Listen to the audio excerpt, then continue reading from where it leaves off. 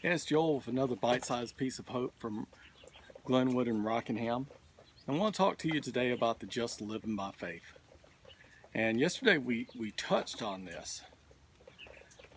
Have you ever met someone who's always striving to be a better person, always doing the next right thing, trying to be the best person, and yet still coming up short? It's because we're trying to live through the law when we do this. Galatians 3:10 following tells us about this. And it says, listen, whoever seeks to be righteous by following certain works of the law actually falls upon the law's curse. I'm giving it to you straight from the scripture because it is true now as it was when it was written. Cursed is everyone who doesn't live by and do all that is written in the law. Now it is absolutely clear that no one is made right with God through the law, because the prophet Habakkuk told us, by faith, the just will obtain life.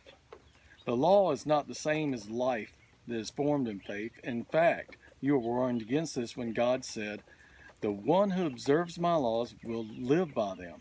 I'm trying to tell you this because the Anointed One, the liberating King who redeemed us from the curse of the law, has become the curse for all of us, and has stated it in the scriptures. Everyone who hangs on the tree is cursed by God. Now, when we hear this, it seems evident that we can't do it for ourselves, even though we try and try and try. We just can't. There's always going to be something that holds us back from being the person we want to be. Habakkuk 2:4, the scripture we were talking about, said the just live by faith. Romans 1:17 says the just shall live by faith. So it's all over the New and the Old Testament that, if you want to be just before God, you got to have faith. You can't work your way in. Deuteronomy 21:23, that was the scripture that was referenced about Christ hanging on the tree becoming the curse. In other words, he becomes the sacrifice to make us right with God.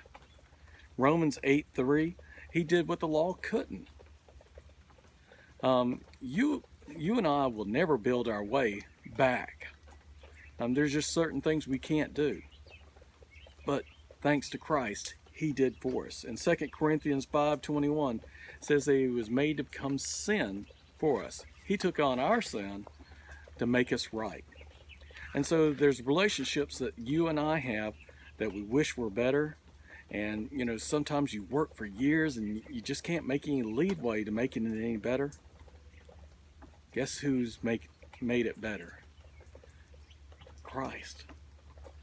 So try to heal those relationships if you can. But remember, Christ has forgiven you for your past. And live as a people of hope. This is your bite-sized piece of hope from Glenwood. Thank you. And be sure to share with your friends.